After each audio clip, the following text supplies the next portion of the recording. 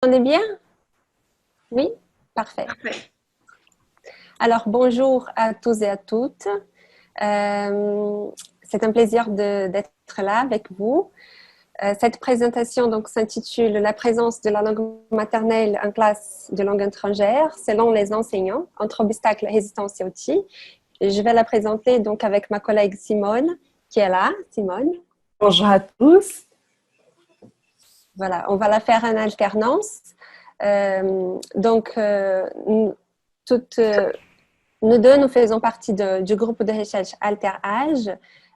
Donc, moi à l'Université de São Paulo et Simone à l'Université fédérale de Viçosa. Et donc, je passe justement directement à nos objectifs. Donc, ici, c'est d'identifier et analyser les interprétations que les enseignants font de la présence ou absence de la langue maternelle et de la langue étrangère enseignée dans leurs cours, tout en observant si cette présence ou absence est représentée comme un obstacle à l'enseignement et à l'apprentissage de la langue étrangère.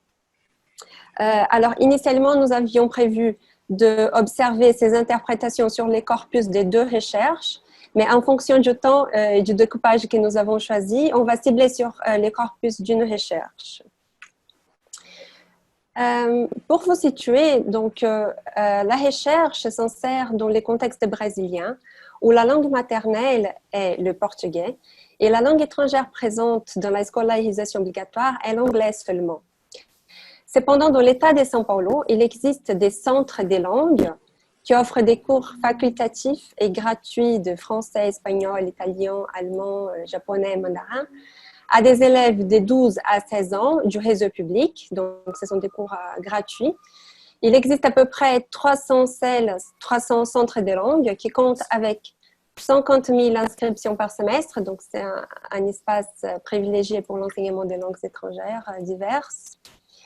Et ces enseignants, ils sont lusophones et rattachés à l'enseignement public. Et ce sont eux les participants de cette recherche. Donc, pour situer plus précisément la recherche, tout a débuté lors d'une formation linguistique destinée à un groupe d'enseignants de ces contextes-là, un groupe d'enseignants de FLE, français langue étrangère. Et pendant la formation linguistique, qui a commencé en 2016, il y a eu la formation d'un groupe très soudé, un collectif, qui avait des questions en commun sur le travail enseignant, questions qui n'étaient pas souvent abordées dans des formations didactiques, questions vraiment liées à leur terrain d'application et d'enseignement.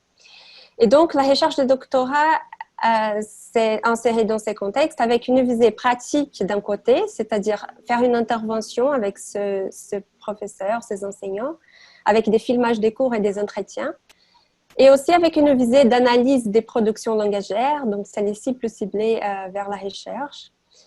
Et donc, à partir de leur demande, une demande informelle pour analyser les pratiques de leur contexte, on a constitué une intervention.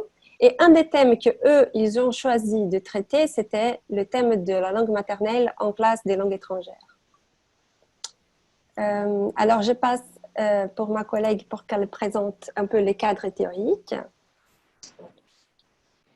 Voilà, donc pour cette recherche, basée tout d'abord sur l'interactionnisme social et surtout les études de Vygotsky qui nous apportent un regard historico-culturel sur l'activité humaine. Nous nous basons également sur l'interactionnisme socio-discursif, l'ISD, qui va souligner le rôle fondamental du langage dans les médiations formatives, notamment dans les situations d'analyse des pratiques. Vous allez voir aussi, nous nous basons sur l'interactionnisme socio-discours réalisé. Tout un dialogue également avec deux courants des sciences du travail, la clinique de l'activité et l'ergonomie de l'activité des professionnels de l'éducation. Et ce cadre théorique général, il est à la base des recherches du groupe Alter au Brésil et du groupe AlterAge auquel on appartient. Et il est également à la base de notre conception d'enseignement. Donc, on va montrer un schéma au prochain écran. Présente un peu comment on comprend ce fameux triangle didactique avec cet ajout, disons, des travails. Donc, on va penser au système didactique, bien sûr comprenant le professeur, l'objet, hein, les artefacts qui font partie de ce travail, qui sont instrumentalisés pour l'enseignement. C'est un travail qui est dirigé, bien sûr, à autrui, aux élèves, aux parents, aux collègues, d'autres qui sont intériorisés. Bien sûr, il s'adresse également au professeur même et il s'adresse également à l'objet. Et on pense ici à l'objet comme construire et gérer un milieu de travail collectif qui rend possible l'apprentissage de certains contenus disciplinaires et le développement de capacités qui s'y rapportent. Et quand on pense à cet objet, la construction d'un milieu en enseignement des langues étrangères, et surtout dans le cadre du objet choisi pour cette question, on va penser à comment l'utilisation de la langue étrangère aide à construire ce milieu de travail, au moins dans la représentation des enseignants, dans la façon dont ils parlent des langues maternelles et de la langue étrangère à l'intérieur de la salle de classe.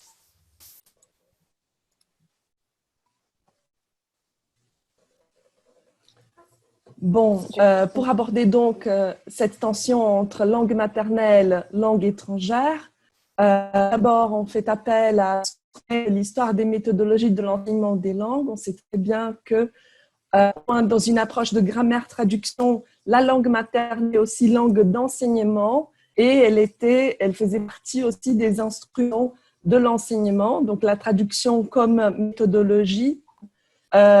Ensuite, à partir un peu de l'approche directe, mais surtout la méthodologie audio-orale, structuro-globale, audiovisuelle, il y a toute une préconisation de l'utilisation de la langue étrangère comme langue d'enseignement. Et puis, sorte d'interdiction de la langue maternelle en salle de classe et qui reste encore dans d'autres approches méthodologiques plus récentes, même si la langue maternelle passe à être autorisée. Il y a toute une préoccupation avec l'utilisation de langues variées en salle de classe ou même la présence de ces langues, enfin, dans des approches plus récentes. Donc, on sait par exemple que dans le cadre européen commun de référence pour les langues, on considère d'une deuxième langue n'a que deux façons étrangères d'agir et communiquer. On parle surtout de plurilingue.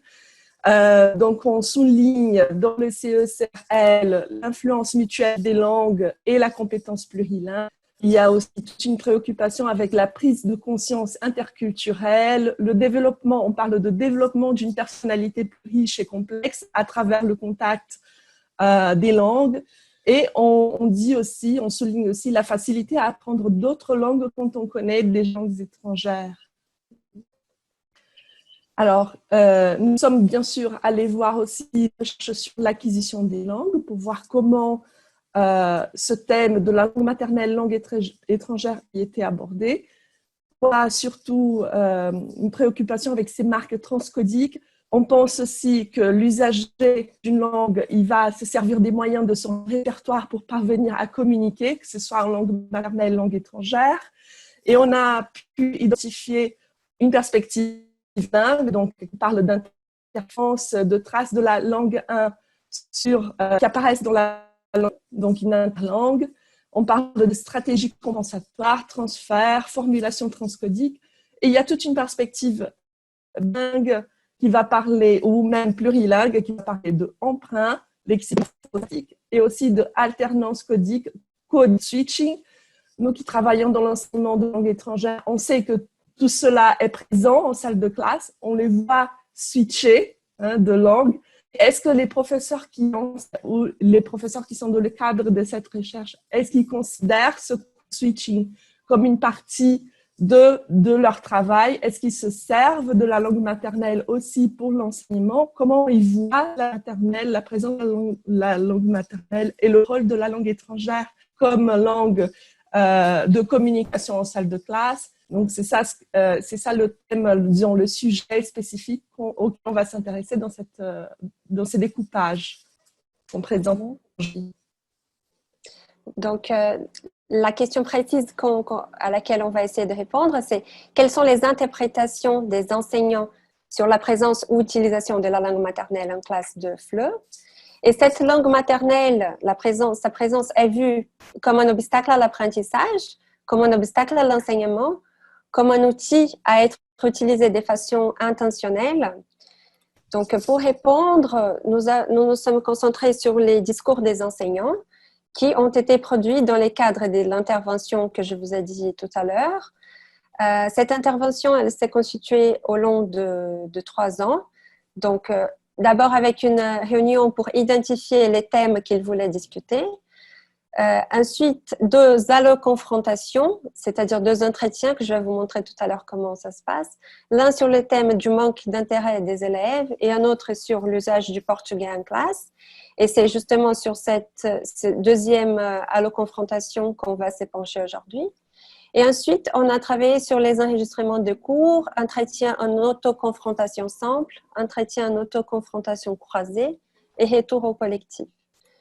Bon, l'alloconfrontation collective, comme on a fait, elle s'est constituée avec un ensemble d'enseignants qui ont regardé des extraits de filmage de cours d'autres contextes.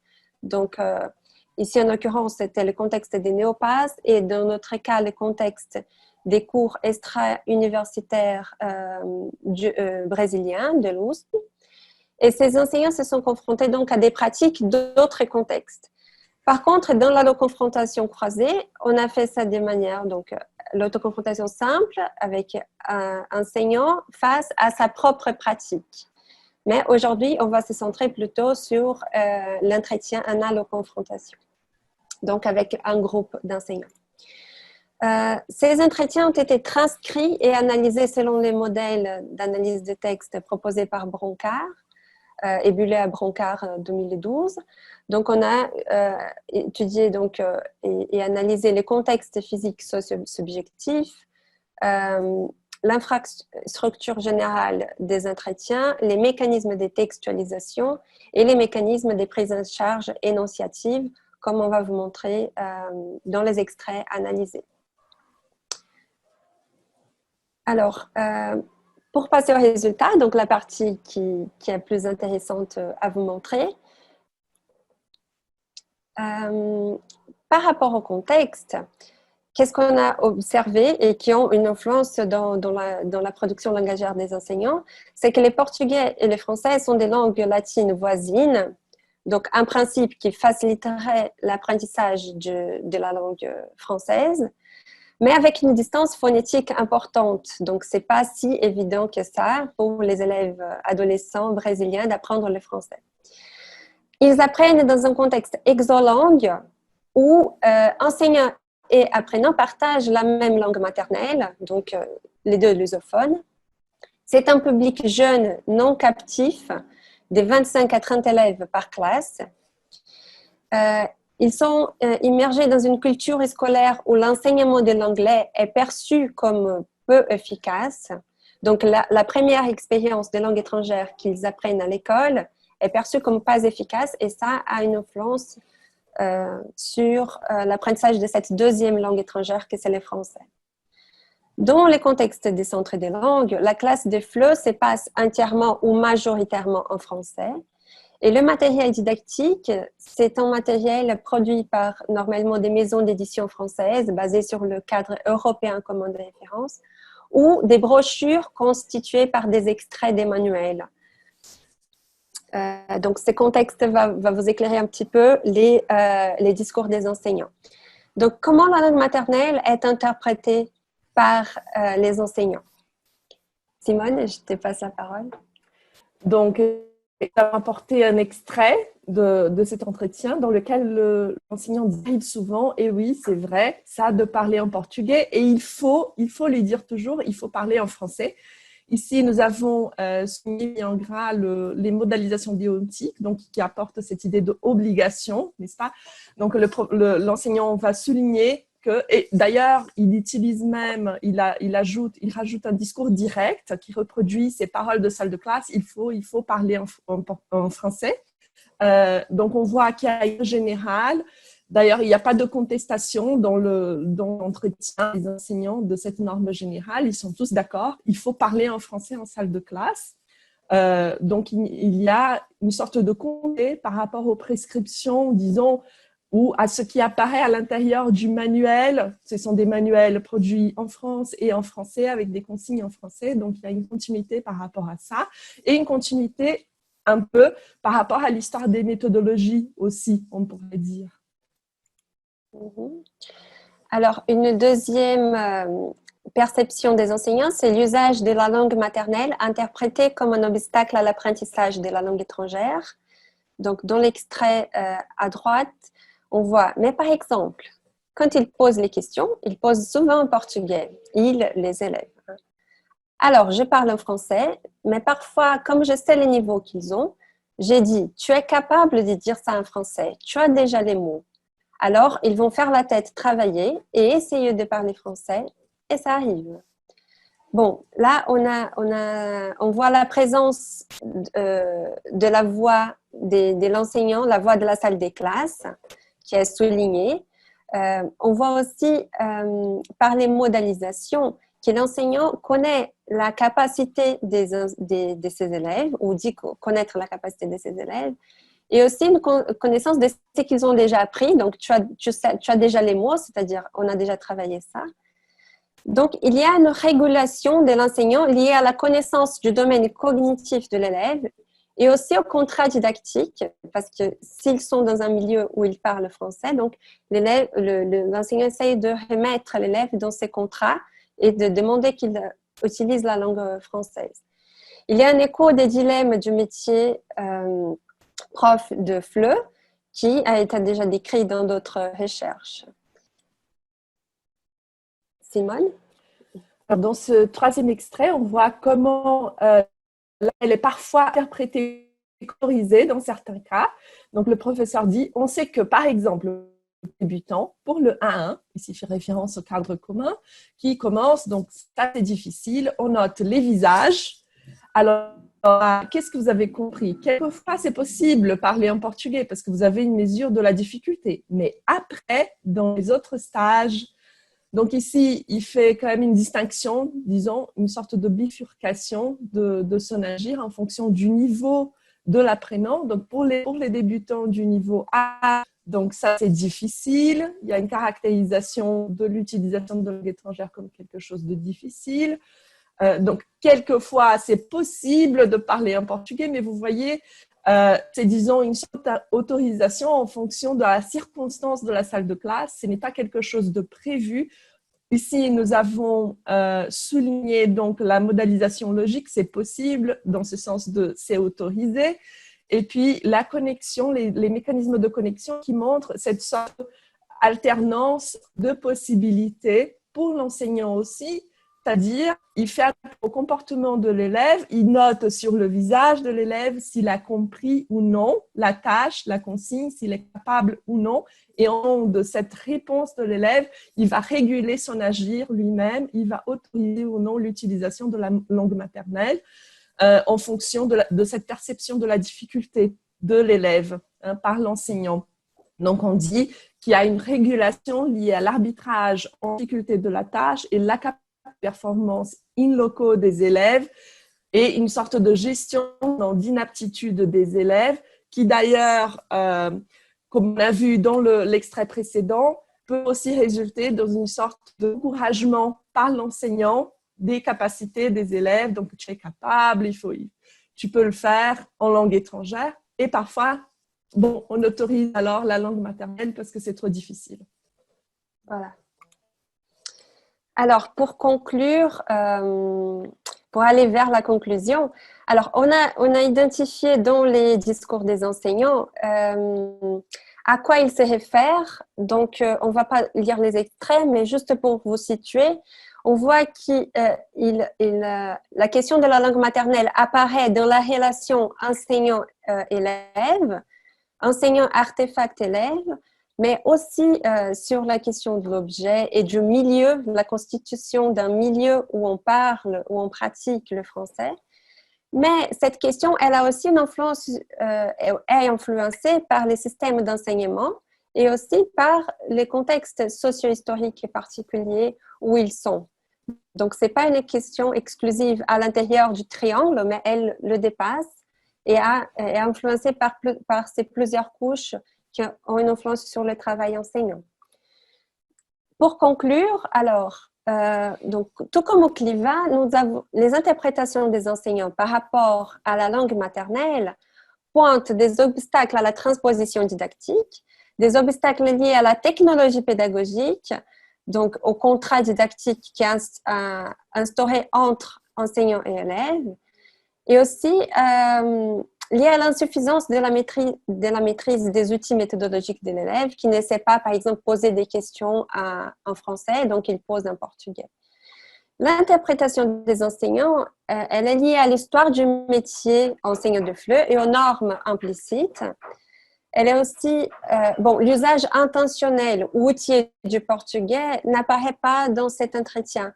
Donc, c'est un usage occasionnel qui n'a pas d'intentionnalité de la part de l'enseignant. Et il n'existe pas de résistance des enseignants à des conceptions innovatrices parce qu'ils ne citent pas ça dans leur entretien. L'usage du français comme langue d'enseignement est facilité grâce à la langue maternelle des apprenants. Les indices linguistiques nous montrent donc une interprétation de l'obstacle à l'apprentissage dans sa composition métacognitive et socio-affective. Donc, ce n'est pas juste une question cognitive, mais aussi socio-affective. Il bloque et c'est difficile. Et ça compte beaucoup pour ces enseignants. Et l'usage de la langue maternelle par les élèves déclenche des gestes de régulation de la part de l'enseignant, comme l'autorisation ou les renvois à la langue étrangère, traduction, usage du tableau, etc. Donc, plusieurs gestes en fonction de ce qui se passe dans la salle des classes. Voilà, ça c'était notre contribution pour aujourd'hui. Donc, voici notre référence bibliographique et notre remerciement. Merci. Merci à vous. Merci.